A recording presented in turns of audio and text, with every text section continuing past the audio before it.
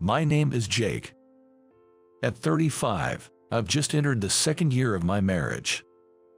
I'm an average office worker, living happily with my wife, Olivia, though we don't have any children. No, we don't have kids. There are two main reasons for that. One is that Olivia is infertile, and the other is that I don't want children.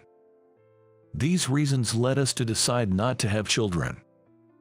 My reluctance to have children isn't because I dislike them or anything like that. In fact, I love them. But I just can't see myself wanting my own children anymore. A significant reason for this is my previous marriage. I was divorced and ended up separated from my daughter, born to my ex-wife. My ex-wife, Sarah, and I divorced because of her affair. That was about 5 years ago. It was truly hellish. When I found out about the affair, Sarah was already pregnant. But since the affair was happening alongside our relationship, it was unclear whether the child was mine or her lover's. Of course, childbirth involves a lot of expenses. Fortunately, the child that was born, my daughter, was proven to be mine through a paternity testament. However, the world isn't so kind, and even if the woman commits adultery, she is more likely to get custody. Moreover, the other man had more financial resources than I did, and in the court's eyes, a mother and a wealthy man versus a financially average newbie dad was a clear case. I lost custody and was allowed to see my daughter regularly in exchange for child support. But as my daughter grew and began to form her own opinions, it became clear that she wasn't sure how to interact with me. Moreover, when my daughter, Emily, was about to turn 4, I even received a message from Sarah saying, "Please refrain from seeing her as it causes Emily stress." Emily's perception of her father was being rewritten to be the other man. It was also empty. Gradually, my visits with Emily became less frequent. That's why I just can't bring myself to want my own children. To think that my own daughter might forget me. How could such a person be a father? Olivia knows that I'm divorced and that I have a daughter. She married me knowing all this and has always been supportive, never showing any discomfort when I visit my daughter or seek advice on how to interact with her. So I think Olivia has somewhat sensed that I don't want children. That's why we didn't pursue aggressive fertility treatments and decided to build our family in our own way. Then one day, I was in the neighboring town for work and was on my way home directly. It was Saturday, so the streets were crowded. As I walked through the shopping district leading to the station, I saw my ex-wife, Sarah, walking intimately with a man from a distance. That guy was her affair partner. They were talking happily, and Sarah was holding a small baby in her arms. They've had a second child. But that's no longer any of my concern. Sarah should enjoy her happiness, and I should enjoy mine. I suppose the reason I felt nothing upon seeing them so happy together is that Olivia means more to me than Sarah ever did. It must be her presence that has kept me sane. Yes, because I've managed to stay sane, I'm left with one question. Where is Emily? Emily should be around 5 years old now, a preschooler. It's Saturday, and preschool is closed, but I don't see Emily anywhere. Aren't they walking with her? Even though it's already dinner time. I felt a pang of unease, because I hadn't seen Emily recently. But it's not because Emily didn't want to see me directly. It's because Sarah told me not to see her. I had a bad feeling. It was more of an intuition, a hunch. But I couldn't stand it any longer and ended up approaching Sarah and her partner. Sarah. What, Jake? Don't scare me like that all of a sudden. Sarah glared at me and took a protective stance over the baby she was holding, while her affair partner stepped in between us as if to shield Sarah from me. Where's Emily? What? I said Emily. Your daughter, remember. When I mentioned Emily's name, Sarah was slow to react.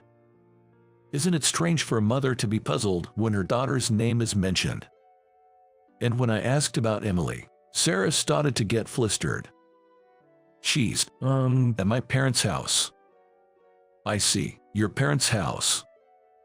We were just about to head back there. Don't interfere. Huh, your family home is about 2 or 3 metro stops from here, right? If she is at your parents' place, do you mind if I call? I've been wanting to hear her voice for a while. Don't you dare do anything unnecessary. That's right, you're a stranger now, so stay away from Emily. The moment I attempted to make contact with Emily, both of them started yelling at me with great intensity. They glared at me without even caring that the baby they were holding started crying. Their reaction made me think there was something more to this. But I knew arguing there wouldn't help. Fine. I'll go through the formal procedure for a visit then. Make sure you let us know in advance. We have our circumstances and preparations to consider. Is there a reason they can't let me see her all of a sudden? Feeling almost certain about the suspicious behavior of the two, I left the scene for the moment. I really wanted to check her parents' house right away or head to her place, but glancing back, I saw her partner hurriedly making a phone call.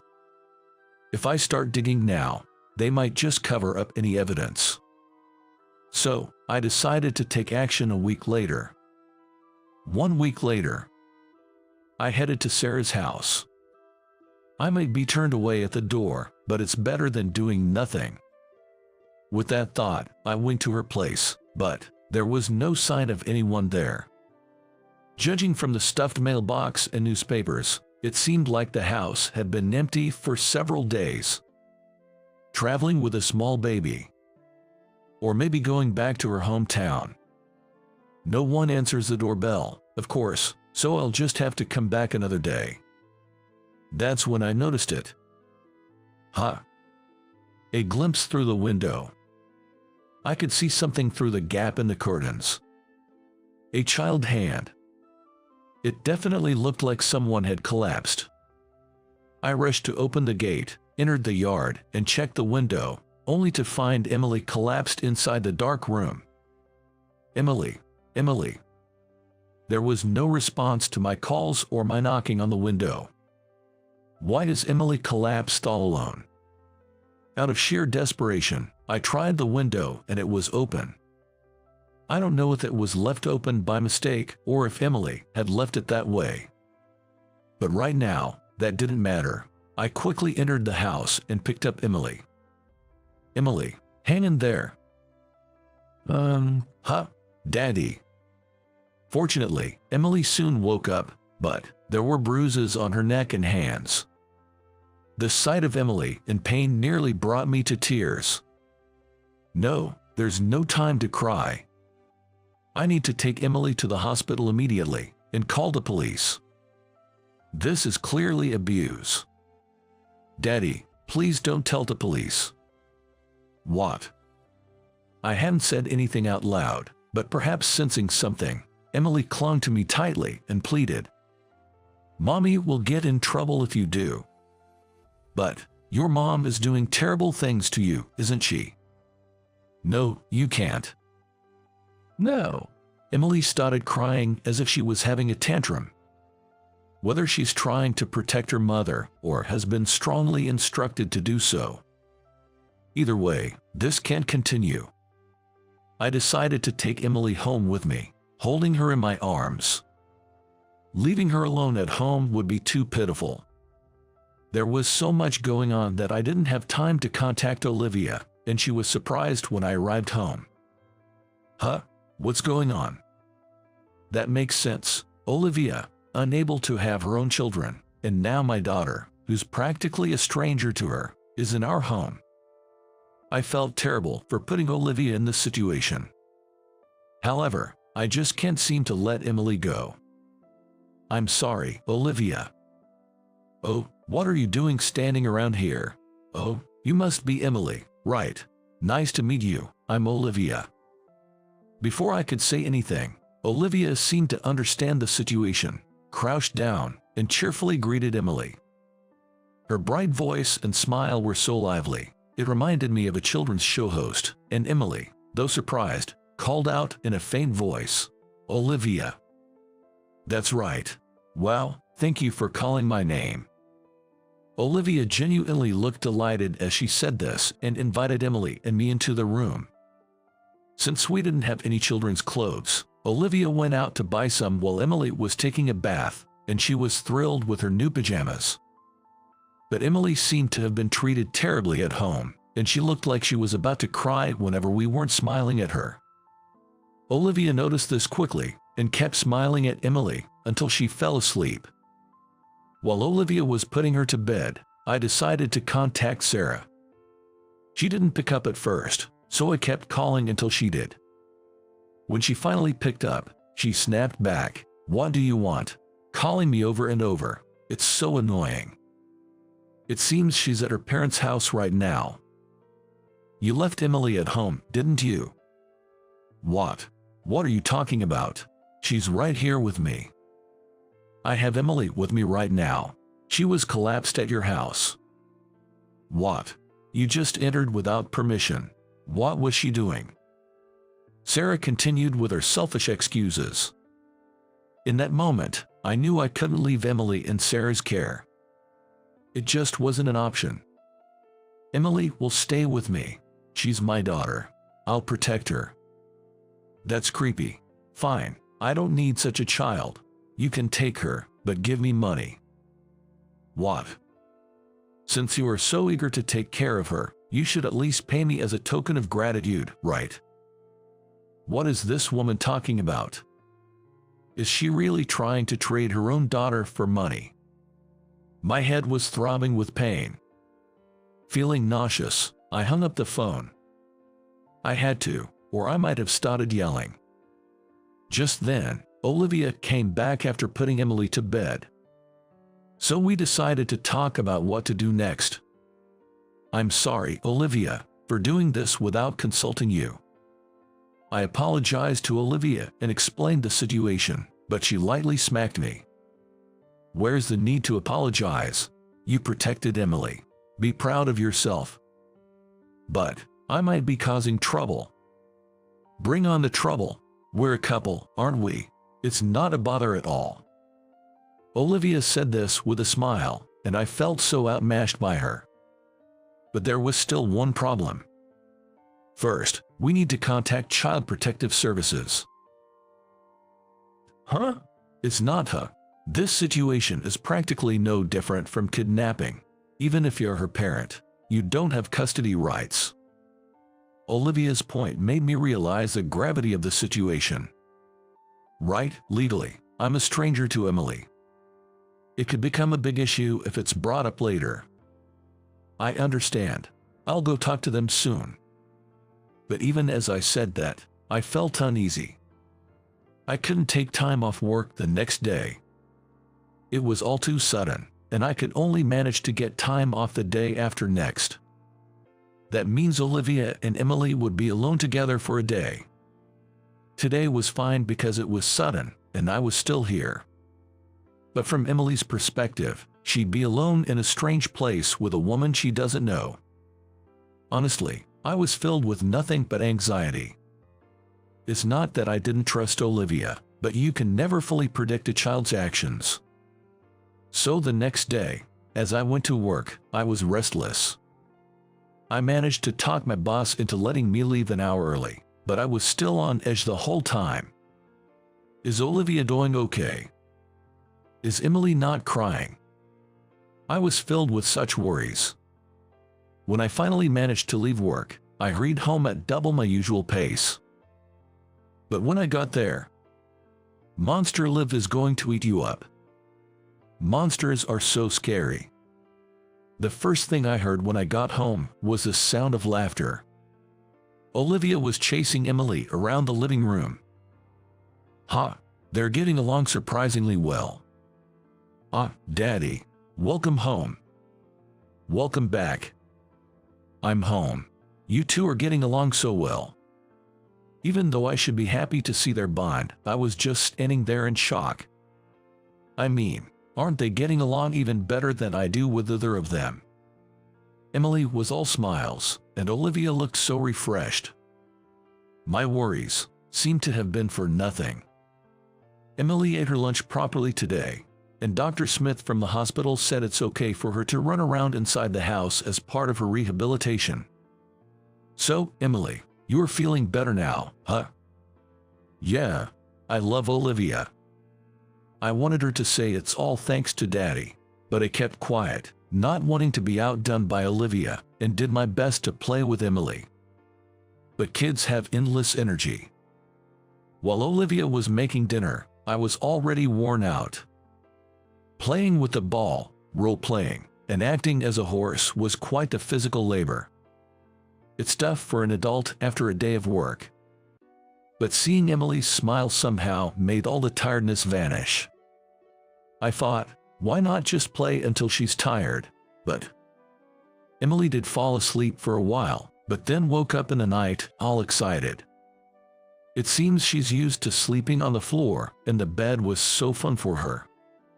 She couldn't help but bounce on it.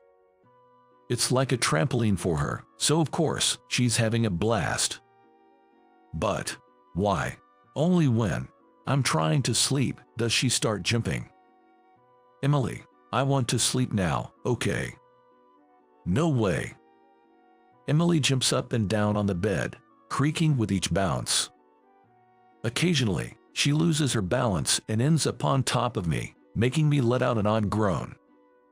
Olivia and I usually share the same bed, but she thoughtfully decided to let Emily and I sleep first tonight. I hadn't anticipated her waking up in the middle of the night. This was the start of the second round of trying to get her to sleep. Olivia came to check on us, saying, she's happy to be with Daddy. Good luck with putting her to bed, with a smile, but no offer to help. Right. I have to be able to handle this much. I've been relying on Olivia for household chores and other things too much. I can't always be dependent. So, I did my best to ensure Emily didn't feel lonely, and so that the three of us could live together, laughing. It was fun, thanks to that. But the days filled with smiles and lively activities wouldn't last long.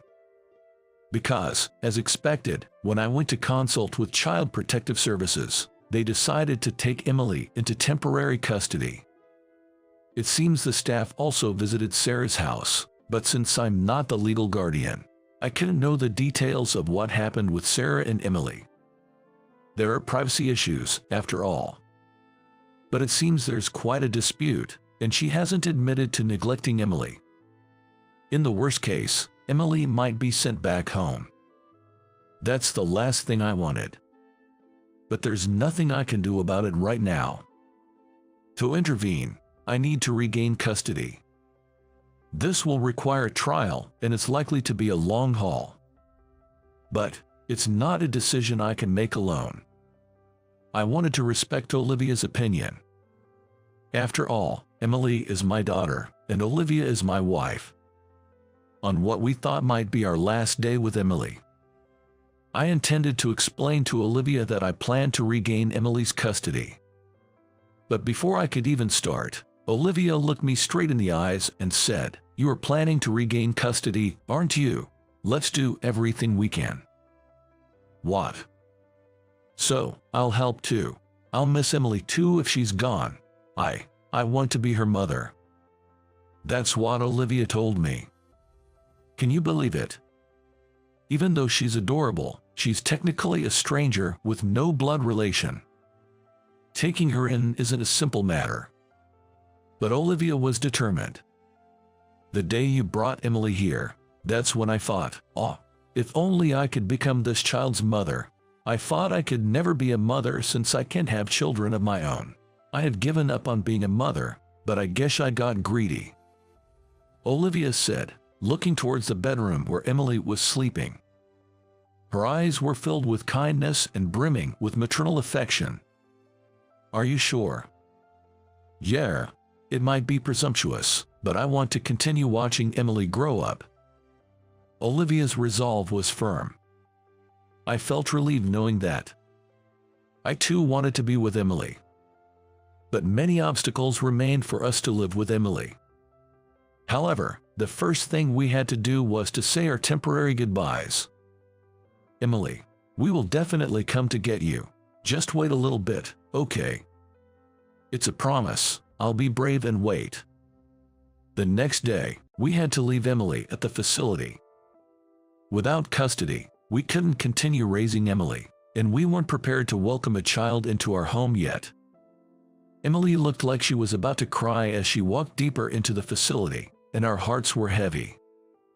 We resolved not to let her feel lonely anymore. We made this decision and took action. We hired a lawyer, Tyler, and filed a lawsuit to regain custody. Sarah's neglect and the fact that she left Emily alone to stay overnight with a newborn were known when Emily was rescued. We also had photos of bruises and burns as evidence, which was indisputable. However, Sarah hired a capable lawyer and dragged the lawsuit out considerably. She would be held accountable if her neglect and abuse were proven, so she fought hard. With solid evidence, we eventually regained custody, but it took a tumultuous year. Tyler said we were lucky it only took a year. We had been visiting Emily and having her home temporarily during the trial, but bringing her home now felt like a long-awaited reunion. After getting briefed by the facility staff, we held hands and headed home. We're home. Emily was in high spirits all the way and happily exclaimed upon arriving home, with Olivia watching her gleefully. Perhaps she noticed our gazes. Emily turned to us and said, "Daddy, Mommy, I'm hungry," with a smile, tilting her head. We were astonished. Did she just say, "Mommy"? I looked at Olivia, whose eyes were wide, tears spilling out. After all, Olivia had told Emily, "I'll be like your mother, but you can keep calling me Olivia as you always have." Olivia didn't want to negate that Sarah was Emily's mother. That was Olivia's thought, and even when leaving the facility, Emily had been calling her Olivia. "Daddy, Mommy, what's wrong? Does something hurt?" "It's okay, I'm just a little too happy." Olivia hugged Emily tightly, tears streaming down her face quietly. Emily, in turn, patted Olivia's head, saying, "Pain, pain, go away," as if to comfort her. Emily probably doesn't understand why Olivia is crying. But it's clear that Emily has accepted Olivia as her mother. That's why, upon returning home, she naturally called her Mommy. Realizing this, I couldn't help but cry tears of joy myself. It took a long time, but we finally became a family. I'm overwhelmed with happiness and contentment. I hope this happiness lasts forever. With that wish in my heart, I reaffirm my commitment to protect my family.